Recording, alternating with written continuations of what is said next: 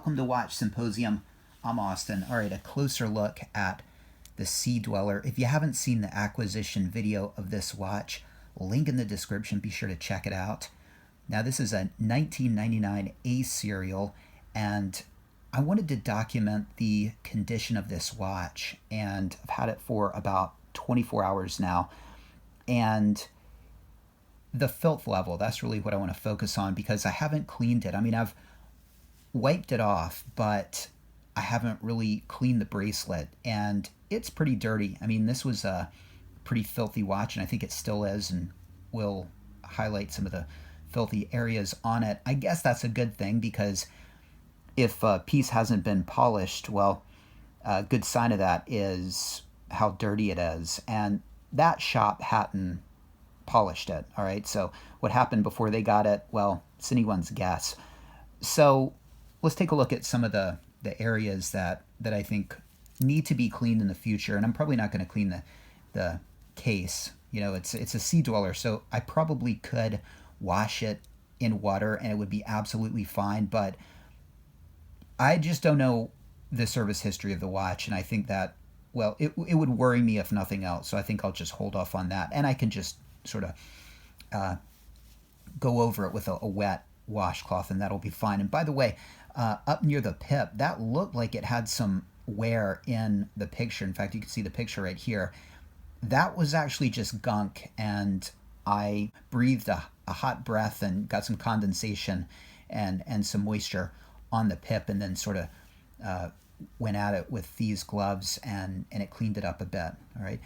Now this scratch right here is one of the main things that was highlighted in the listing, and you can see from here it doesn't look so bad. The way they highlighted it looks pretty obvious. And another thing they highlighted was that scratch to the left of the helium escape valve, and you can see little dings. Let's look at some particularly dirty areas, and it's tough to see, but between the bezel and the case, you can see right about there. Let me try to zoom in a bit. There's black stuff right kind of right there, all right, and that needs to be cleaned, all right. And again, that probably will need to be cleaned at a service. Right? Look at that. I mean, that is that's not a shadow you're seeing. That's actually like a black material, and it does come off. You know, if I take a toothpick, it does. Oh, there it goes. All right, look at that. Wow, that's pretty gross. I don't know what it is, but there it is. And I'll get the air blower after that a little later. In fact, I'll tell you what. Let me just kind of knock that off. All right, well, anyway, that's about as good as I can do. All right, so we'll wipe that off later. And then that same kind of material is on the bracelet. You can see there the in link. It's got that black material there, and some on the other side as well. So I'll clean this in warm water and soap, and I might put it into the ultrasonic cleaner a bit, but I really hesitate to use ultrasonic cleaners because it just vibrates the parts against each other, and I think 15 minutes in an ultrasonic cleaner probably equates to about a year's worth of wearing on the wrist, the amount of vibration. So I really don't like to use ultrasonic cleaners, and definitely not on the head. So, all right. And as far as the clasp goes, check this out.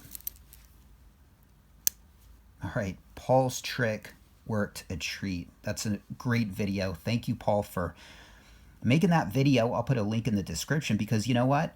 I'm not sure if this would have been purchased if I hadn't known about that trick, because you know, the idea of having a clasp that doesn't close and having to take it straight to RSC after you purchase it, well, anyway, that video saved me. And the flip lock closes really nicely.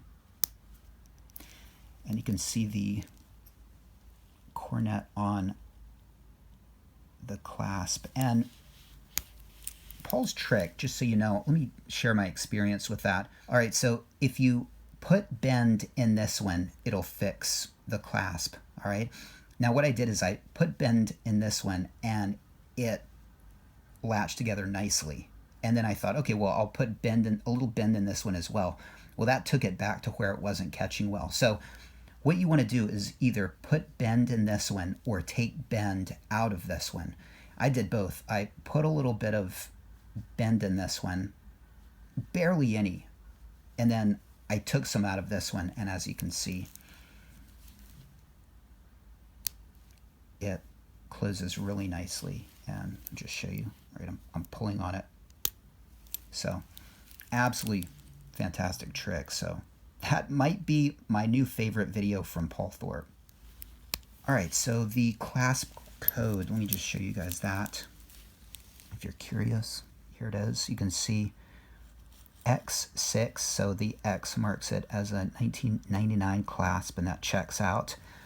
And there's also the wetsuit extension, which is interesting because the guys at the shop didn't even realize it had a wetsuit extension, and I don't think it had ever been accessed before because it was super tight. And in fact, at the shop, I tried to pull it out, but I really couldn't do it, and I didn't want to break the clasp before paying for the watch. So I just let it be, and then I got to the station, and I tried it, and it popped out, and that was sort of a relief. I just wanted to make sure it had that important part. That's a big part of, this watch.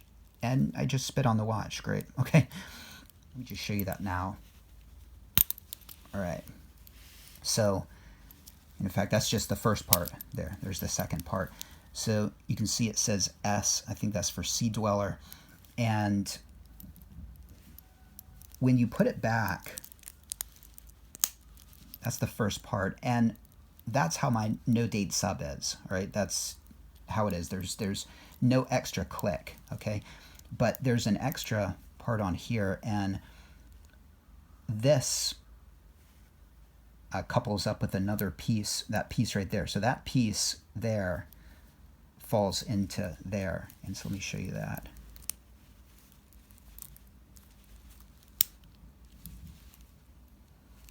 All right, so now it's completely shut.